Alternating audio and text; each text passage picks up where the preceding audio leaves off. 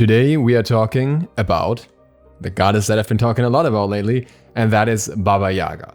Baba Yaga got a buff in the most recent patch, multiple buffs actually, that are meant to make her a whole lot stronger overall, and I want to talk about my experience with these buffs after having played quite a few games since that patch now.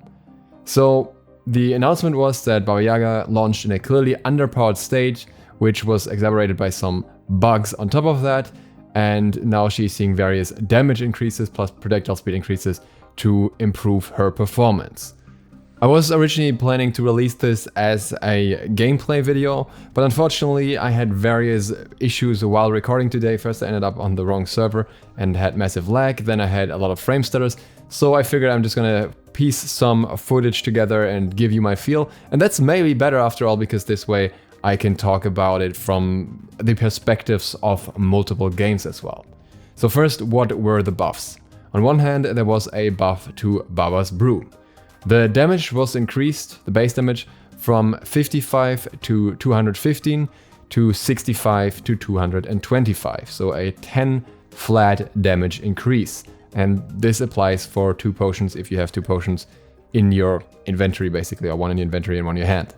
In addition to that, the scaling of the ability was also increased from 60 to 70. After using this ability, of course, a lot throughout those games, I have to say that the difference here felt very, very minor. I barely noticed, if at all, that there was a buff to it. I essentially forgot about that aspect. And it's just because the ability still feels relatively clunky and has a relatively slow projectile speed that it doesn't feel rewarding most of the time, and higher damage numbers are probably not going to change that. But the more important aspect here is most certainly the ultimate. So Home Sweet Home got a complete set of buffs. The first one increased the burst damage base from 60 to 160 to 75 to 195. And this is per projectile, so up to 4 projectiles can get this damage bonus. In addition to that, all of these also see a scaling increase from 25% to 30%. At this point, I think it's important to understand how much damage this really is. All of them combined, just the projectiles and the burst damage, we're talking about 780 damage, so almost 800 damage, along with 120% scaling. And if those numbers sound somewhat familiar to you, it's because multiple very bursty mages actually have those numbers. Kukulkan's ultimate has that number, and Scylla's ultimate has that number, 800 base, 120% scaling. Of course, Baba Yaga does this more spread out, but that also means that while you're not getting as much damage immediately, you have the chance to avoid certain counter mechanics. For example, you can wait until the enemy has used up their Aegis or their escape or whatever, and you can still apply a decent amount of the damage from this. But that's not all. We see a damage increase to the burn damage scaling, and we also still have, of course, the base damage that the ability has itself. So overall, Baba Yaga's ultimate can really deal a lot of damage now, because the burn tick is still 32 per tick plus a 10% scaling at this point, and that is something that ticks for quite a while as well. Of course, it depends on how long exactly you stand in the fire, but getting at least 4 ticks of this in is very likely if you caught an enemy in that. And then we're looking at way higher damage numbers. We are looking at 1,000 plus, and if they're hit by the initial knockback, then you can add an extra 50% scaling on top of that as well. So really, she has a lot of damage in her ultimate, and at the same time it also got buffed in another way, which is the travel time decrease. This was reduced from 0.8 seconds to 0.53 seconds. On top of that, the shield of the ability itself also receives a 10% magical power scaling. That does sound like a fair bit, but it's actually not that crazy in most situations. Keep in mind, this would mean that you would need 1000 power to actually get 100 extra shield. It's a bonus, but it's not the most important aspect of this whole thing. So how does it feel now? I think the speed of the ultimate feels much better than before.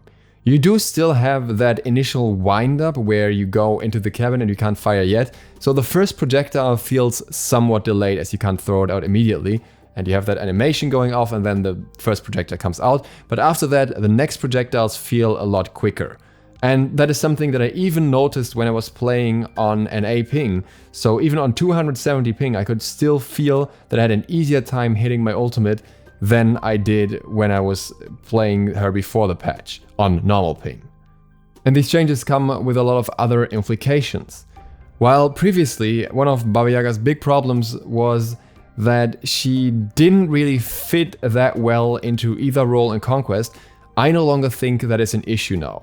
The problem with Baba Yaga was that she was so clunky that you had to build somewhat bruiser, somewhat hybrid to really make her work, to get her abilities off, because otherwise often the fight would be over before you can respond to it. And now I think pure damage builds on Baba Yaga with minimal tankiness through things like ethereal staff are absolutely viable. Before the buff, your ult would essentially turn you into a sitting duck, and due to the slow projectile speed, the flames were often not really a threat to the enemy, especially when they were really close to you and could just run around you. To some degree, that problem still exists, but those situations are much more rare. You knock the enemy back, you start firing your fire projectiles, and by the time they get close to you again, you already have a lot of fire put out that they have to deal with while fighting you. And you have more shield at the same time. So this has a very significant impact on how much safer you can be in the ultimate, despite not having massively more shields than beforehand. Speaking of safety, there was always also the option to play Baba Yaga in the solo lane. And in the solo lane, I have to say, she feels a lot safer than before now. Shields work with protections, so if you're building into a little bit of protections, then even a little bit of an increase in a shield will feel quite good and quite significant, more significant than in middle lane. Of course, you can't build into quite as much power into solo lane, but I think the synergy between the shield and defenses will offset that pretty well. I also felt that, again, through the ultimate being faster, zoning was much easier, and that naturally kept enemies from even trying to get too close to me. And overall, while her damage output isn't the highest, her utility through solo lane can be quite effective and definitely make a major impact on a team fight, because you have this situation where you're dealing with an extra mage that is somewhat of a bruiser but still a lot more damage heavy than most other solo laners, and also magical damage. Sure, there are exceptions. If we look at it, for example, Human Gundar or possibly Cerberus, you can see similar damage numbers under some situations from a magical damage dealer. But most of the time, that's not the norm. And that often means that enemies will have to adjust their builds to the higher amount of magical damage, which often is in itself a weakness for the enemy already. I also generally have to say that now that I have played Baba Yaga more, and especially learned to utilize her mechanics better, for example, learn to utilize the essence of the house better, I find her a lot more scary than initially. While she is probably a god that will statistically underperform for a long time, I think this is partially because of her learning curve. And I honestly think that in the long run we might end up in a situation where people get really annoyed with Baba Yaga and think that she is too strong and too frustrating to counter or something. Not something that I'll say that will definitely happen, but at the moment my impression is that her potential towards the top is very, very scary, even though you have to get used to her slow abilities first, and she plays very differently from most other SMITE characters. One thing that I did notice that was briefly touched upon, I think, by multiple people already, I think the pros talked about it, I think Frost talked about it, was that with Baba Yaga there are certain comps, certain picks where she just works much better than with others. Namely, especially heavy CC comps are comps that she works well with, and she works well against immobile comps or comps that can be easily locked down. Now, the problem is that I find certain guards to be very, very hard to deal with when you're playing Baba Yaga. One of those that I definitely noticed was Mercury, because he can just run up to her and punch her like to at least half health, if not lower, before she can really respond in many situations.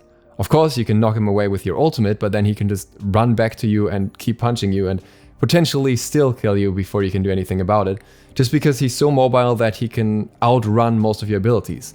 I would assume that the same goes for some other characters that we're not seeing as often, for example, Bakasura or Khalid. Heavy AA focused characters, and you have to specifically counter build them in multiple ways if you want to be able to deal with them, and that is something that Baba Yaga can usually not afford all too well in her build.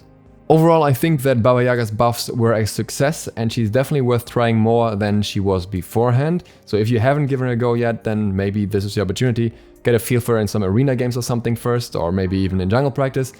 But we hopefully should see some more changes to Baba's brew in the future, because the usability of that one is still horrible. I've discussed the storage mechanic multiple times now, I don't need to do that in detail again, but I'd like to see that being improved greatly in multiple ways, so that the ability feels good to use, especially because it already has that longer delay.